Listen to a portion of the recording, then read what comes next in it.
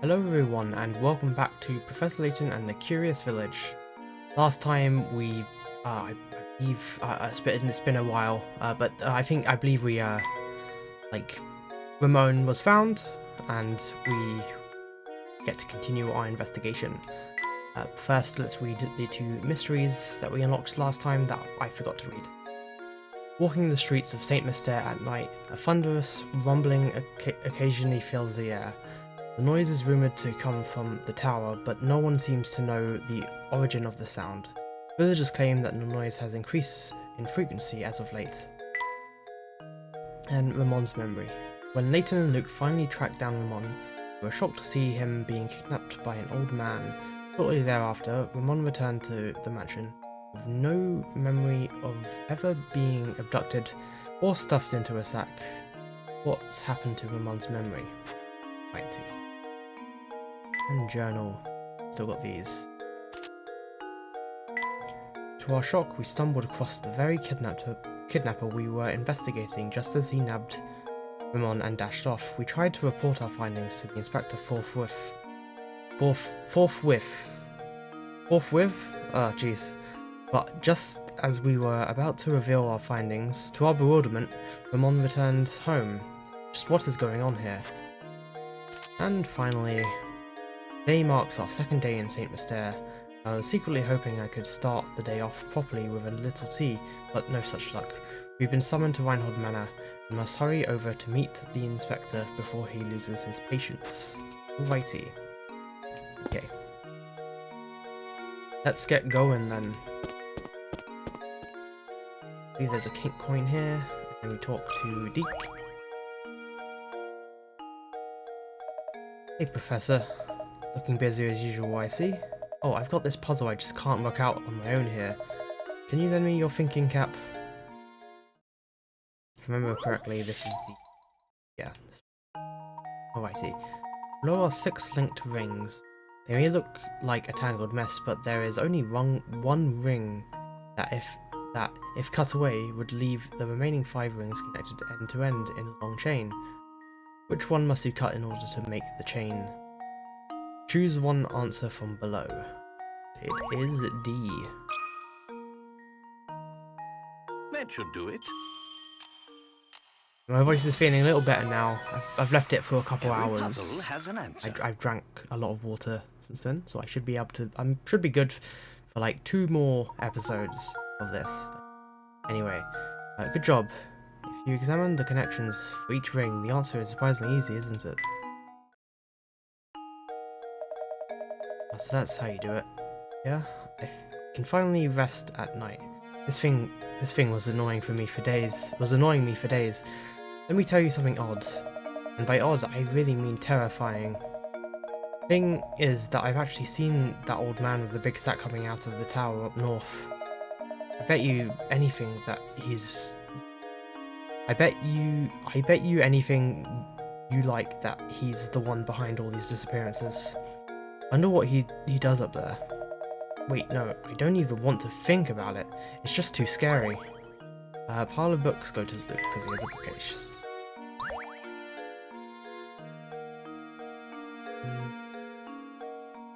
And we go right from here.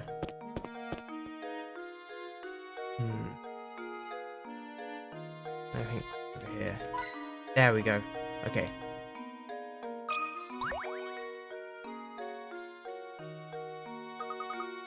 What's that thing on the ground? It looks like a scrap of notepaper. What does it say, Luke? Well, let's see here. It's just terrible. Lady Viola has an awful case of the flu and hasn't left her bed for days. I'm no doctor, so I can't think of any way to help her. Oh, what to do? Lady Viola. Oh, this entry must be talking about Baron Reinhold's first wife. My heart is heavy as I write these words. Loss of his wife has completely crushed the boss. If only there was something I could do to help. He walks around looking like he's had the wind knocked out of him. And that's the end. Gosh, whoever wrote this must have cared an awful lot for the Baron and his family. Marco get puzzle. Hey there, Professor. I bet you're here to solve my puzzle. I'm right, aren't I? Yeah, of course I'm right. Alrighty. The longest path. Two boys are playing a game in which the goal is to take the longest route possible from point A to point B, as shown on the map below. The only rule is that no section of road can be traversed more than once. What course should they take in order to cover the longest distance possible between point A and B? Okay, I believe it's something like this. Ooh, come on. There we go. I believe that's that. That should do it. Another puzzle solved. Nice work. Speaking of leisurely strolls, have you been outside today? If it's sunny, why not go for a nice walk? Okay, touch grass. Great job there, Professor. Even that puzzle didn't faze you, huh? Of course not, you're a pro. Yep, you're a real piece of work, Prof. You know that? Of course you do. You're a scholar after all. Alright. There's a hint coin there. And I believe that's all that's there, actually. That's the only thing that's in that room.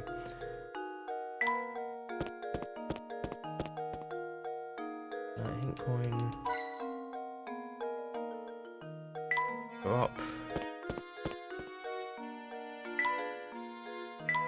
Well, can you imagine living in such a massive place? Okay, there we go. And talk to the cat, I guess.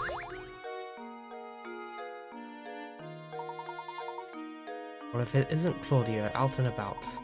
And that reminds me of a puzzle. Give it a try, my boy. Weighing cats. There are 3 different colours of toy cat, each colour having a different weight. Examples 1 and 2 show their relative weights. You have 3 red cats and 4 black cats on one side of the scale, 4 white cats and 1 black cat on the other. Given this setup, what will the scale do? Tip left, stay level, or tip right? Tap your answer on that screen. I believe it will tip left. How does this sound? Nice. Did it. Professor, I've solved it! Excellent. We replace the red cats on the left with the equivalent weight of black and white cats, the white cats on the right with the equivalent weight of black cats. Ugh. This puzzle becomes much simpler.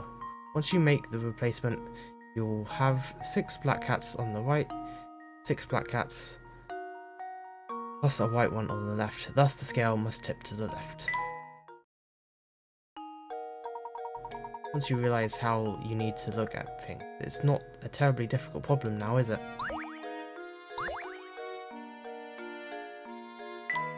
Right, let's go in.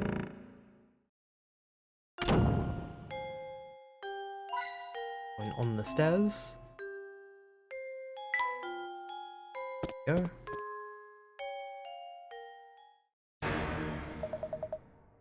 Are you trying to poison me? What are these vile things? You oaf. Some butler you are. I'm so sorry, sir. I detest cakes. The very sight of them turns my stomach. Get that plate out of here at once. Oh, yes, but of course. Ah, Layton, there you are. You requested our presence, Inspector Chalmy. My sources tell me you've been out snooping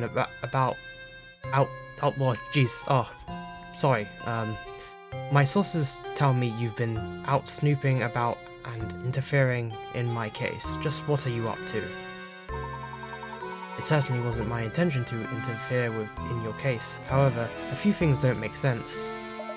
Leave the investigating to the police and go chase after that golden apple or whatever it is. Don't you worry your pretty little head about it. I'll find Simon's killer. Of that you can be sure. Now, unless you have something else to say, I've got work to do here. Understood. Good day, sir. That inspector has some nerve dismissing us like that. Like I said before, I don't like him one bit. What do you say we ask Ramon about yesterday, Luke? Before we do that, though, we need to go back upstairs. There's a hint coin we missed. Okay. Talk. Gordon, again. Oh, Professor. You just simply have to help me. I've got another puzzle on my hands I just can't solve. As a man of the world, you know there's nothing women find more alluring than competence. I'm counting on you, sir. Don't doom me to an eternal bachelorhood. Jeez. Alrighty. Look, okay, I remember this puzzle. Cross shape on the pin board below has 9 pins inside it and 16 outside it. Remember that example because now it's your turn to construct a shape on the board. Then you create a cross that has 17 pins inside it and 16 outside it. Feel free to make your cross any size you like, and I believe it's like this. Yeah, something like this.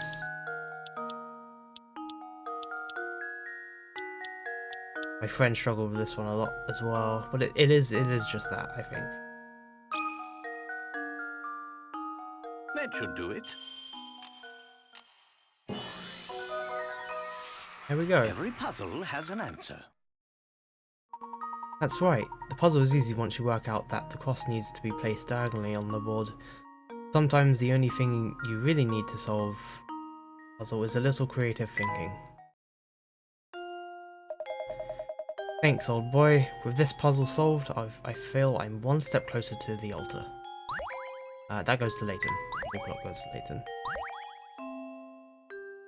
And we talk to him again, and we get another puzzle. Oh dear, I'm stumped again. And I just know I'll never find a bride of my own if I don't solve this puzzle. Spend my golden years alone, with only the smell of cats and boiled sweets to keep me company. I beseech you, Professor, help me solve this puzzle. Alright. This one, okay. Have a single sheet of balsa wood, as shown in the diagram below. Your job is to cut the wood along the dotted lines so that you end up with 4 identical pieces. You can rotate the pieces after cutting, but you can't flip them over. Go on, get chopping. Okay, yeah, this one's quite simple. That, and oh, there's that. That's all you need to do. Luke, here's my answer.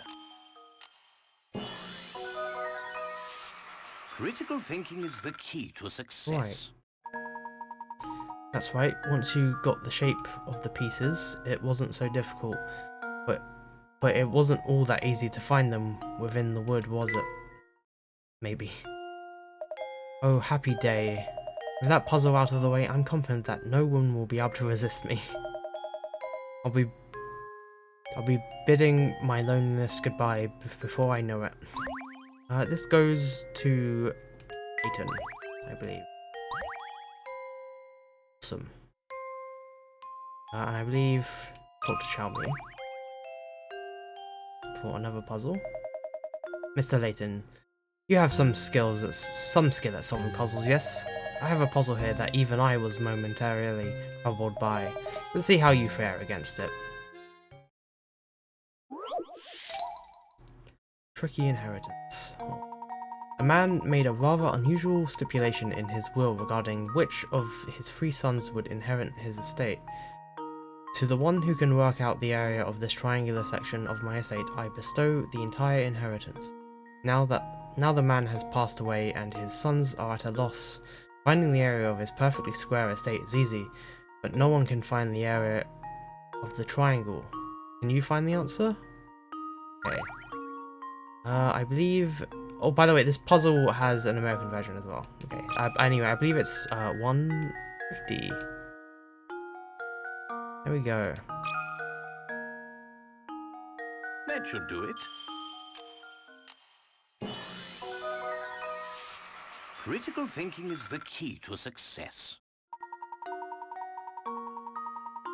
That's right, it's 150 square meters. There are several different ways to find the answer, but here's an interesting one. By drawing two lines on the diagram, as shown in figure 1, you can see that A and B are the same. By moving it from A to B, as shown in figure 2, you can make two right-angled triangles. The rest is easy. Okay, we are still not done. Impressive, Mr. Layton. It seems the rumors touting your skill weren't totally unfounded, but don't go getting any ideas. Do the smart thing and leave the detective work to me. In the meantime, you can occupy yourself by searching for the golden apple. Let me get a painting scrap. We are still not done. Professor, how fortunate that you're here at a time like this. I have a favour to ask of you. Please, madam, ask away.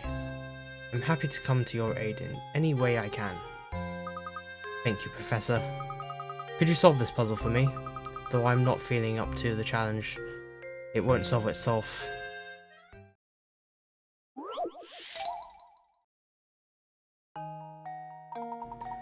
Father and son are having a conversation. Father turns to the son and says, "You know, son, there was a time when I was twice the age of your mother. Of course, the next year I was only 1.5 times her age. But still, that's pretty amazing, eh? If the father is 44 years old, how old is the mother?" She is... that's somehow a 4. She is 43. Yeah. Luke, here's my answer. Critical thinking is the key to success. That's right. Mother is 43 years old. When the boy's father was 2 years old, his mother was 1. Next year, he turned 3 and she turned 2. When you realize this, this is the only combination of ages that yields the ratios mentioned in the puzzle, everything starts to make sense. Alrighty. What a relief. I can finally stop thinking about that silly puzzle. You have my thanks. This goes to... it's Layton, I think. Yes. It's in there in my notes. Okay, there we go. And we can finally leave. Okay, that was a bunch of puzzles. Yeah, leave. Next on the to-do list is talk to Raymond.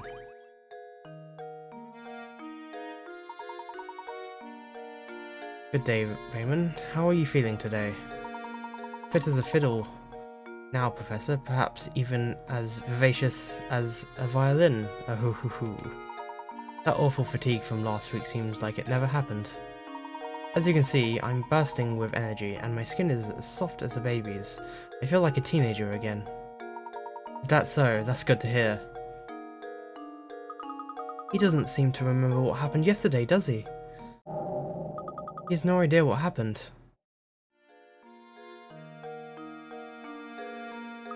What's our next move? We shall respect the we shall respect the inspector's wishes and leave the murder case alone, Luke. It's as Inspector Chalmers said, solving crime is the police's job. Besides, something tells me that this case and the Golden Apple are more related than we realise. That's that intuition of yours talking again, isn't it, Professor? First and foremost, we need to find a clue that will bring us closer to the Golden Apple. Perhaps one of Baron Reinhold's relations or close friends can help point us in the right direction. Of course, there's also someone else. Let's see if the butler has anything to say on the subject. Chapter 5, the hunt begins.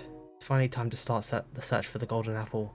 Explore St. Mustapha's clues. We're finally doing what we set out to do in the first place, which is great. Alrighty. Let's go right back to the manor to talk with Matthew.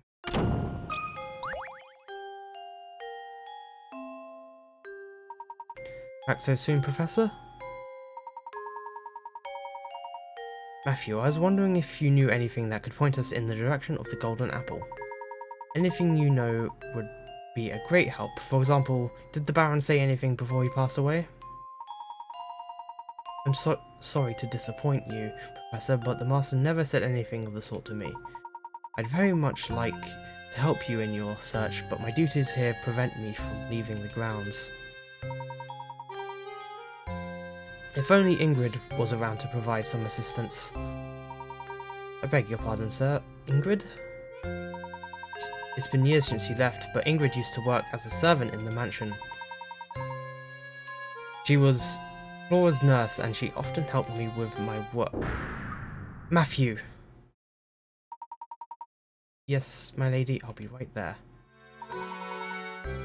Please excuse me, sir, the lady calls. You're curious about Ingrid. Why not pay her a visit and talk to her yourself? Let's see, this time of day I'd imagine she's out walking around by the village shop. Please do me a favour and tell her that I send my regards. Certainly. I'll be sure to pass on your message. Thank you for all your help, Matthew. Isn't Ingrid that sweet old lady we passed by before? Indeed.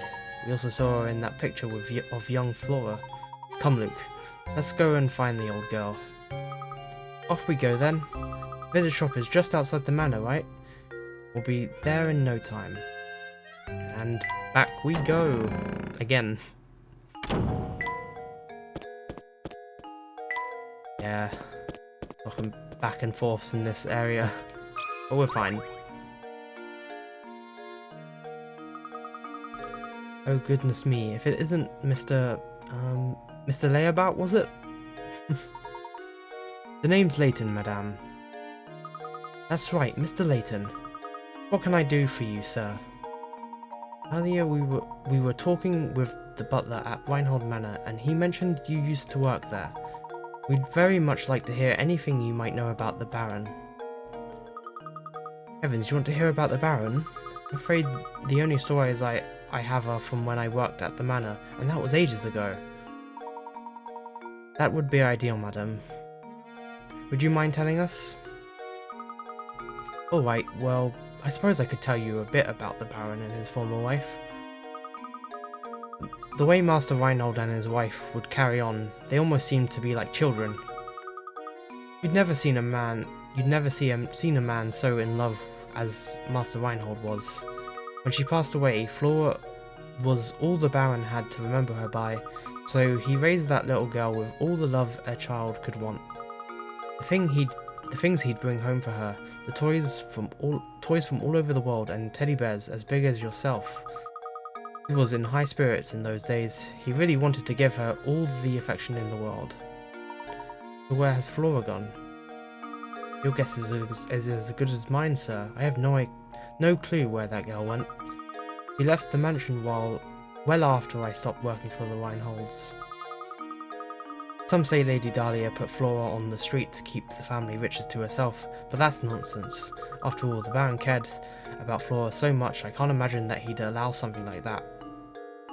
You know, you just reminded me. The grave of the Baron's former wife is located in the manor garden. I wonder who takes care of it now. The Baron's former wife is buried in the garden. Thank you, madame. You've been extremely helpful. Luke, let's head back to the manor. I have a feeling the grave might hold the clue we've been looking for. Alrighty, and we have to go all the way back again. Well, actually not all the way back, just here.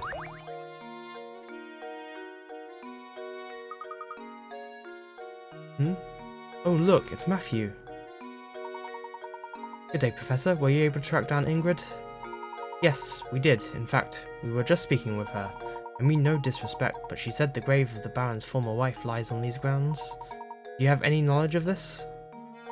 Lady Viola's grave, sir? I was just about to visit it myself. Do you mind if we came along to take a look? Not in the slightest. Right this way. Here's the entrance, sirs. Please watch your step on the way in. This is Lady Viola's grave. Gosh, this place is really nice. It's not creepy at all. The late Baron, rest his soul, told me to keep this place in proper order, and I have tried to do so. Here sleeps Viola, one true love. This statue looks so much like Lady Dahlia, it's hard to believe it's someone else. Back when Flora was just a tiny little thing, Lady Viola used to take her to the park. Some of the flowers in the garden grew from the ones Flora planted here for her mother. Oh, I forgot to tell you about the Baron's diary. It should still be on the desk in My Lady's room. It's possible that it might contain some information that could aid in your search for the golden apple. My thanks, Mountfew. I'll be sure to give it a once-over later. Now then, Luke, we best head back to Reinhold Manor. Alright, that'll be it for today. I hope you enjoyed. Next time we will be hopefully exploring an area we haven't been to yet, but I'm not quite sure yet until I actually record it, so yeah. That'll be all. See you guys next time. Take care.